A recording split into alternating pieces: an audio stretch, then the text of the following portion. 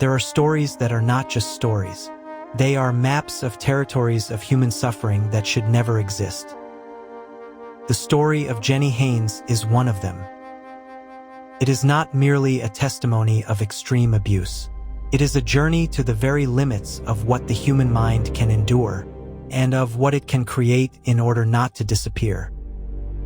It is the story of how a 4-year-old girl, faced with the unimaginable, became the architect of her own salvation, fragmenting herself in order to remain whole. Jenny's dissociative identity disorder was not a mental collapse.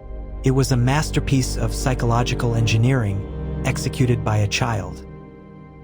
Imagine that pain is so constant, so total, that the only way to preserve a core sense of self is to stop existing as a single unit, to fragment, to divide into 2,500 parts, each one assigned a specific function within an economy of torment.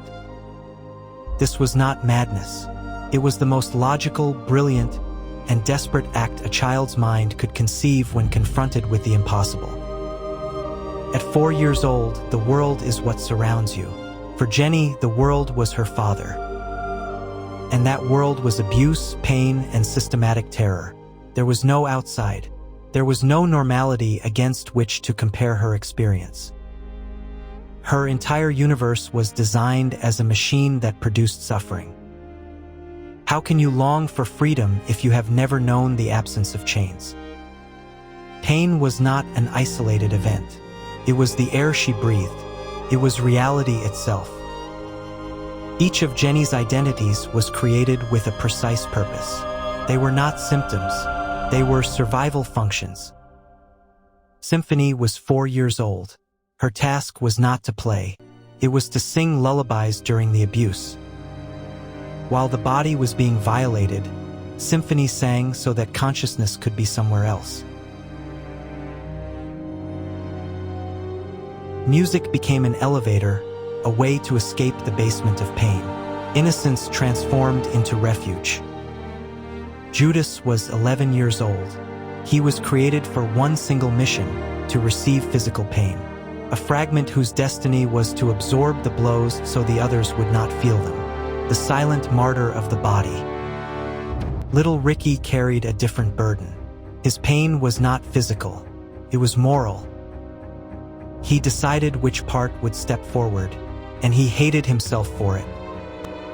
But his supposed betrayal was, in truth, the darkest and purest act of love imaginable, to stain his own hands so that Jenny's core could remain untouched, free of memory, free of awareness. Ricky was not a traitor.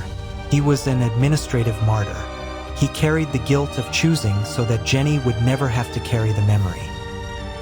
Jenny's father was sentenced to 45 years in prison, a numerical, earthly form of justice. But Jenny received another sentence, life imprisonment, not for a crime committed, but for one endured. Her prison does not have steel bars. It has bars made of memory. The guards are not jailers, but flashbacks, smells, bodily sensations, and an internal system of 2,500 parts still operating under the rules of her childhood. The abuser can leave, but the architecture of survival the brain constructed remains, and often that is the hardest thing to dismantle. When Jenny testified in court and allowed her identities to speak, something extraordinary happened.